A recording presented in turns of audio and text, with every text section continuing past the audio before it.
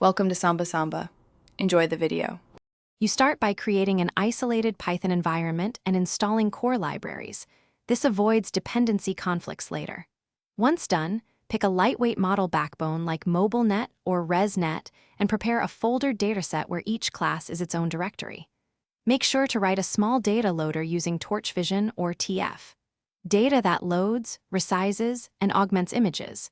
You want reproducible splits, so set random seeds and save a CSV manifest. This is your solid foundation for training and debugging. Now implement the training loop.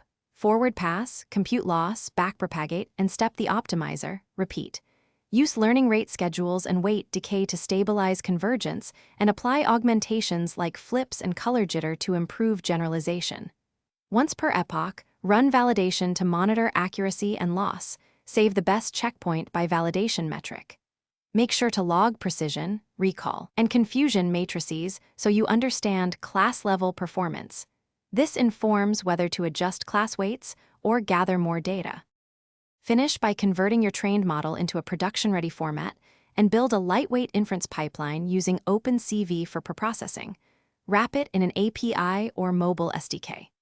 Once deployed, monitor real-world performance and apply optimizations like quantization for speed. If things go wrong, first check for mislabeled or imbalanced data, then verify you are not overfitting, reduce capacity, or add regularization. Make sure to test on unseen samples and iterate. Retrain with fixes, then redeploy the improved model. Thanks for watching.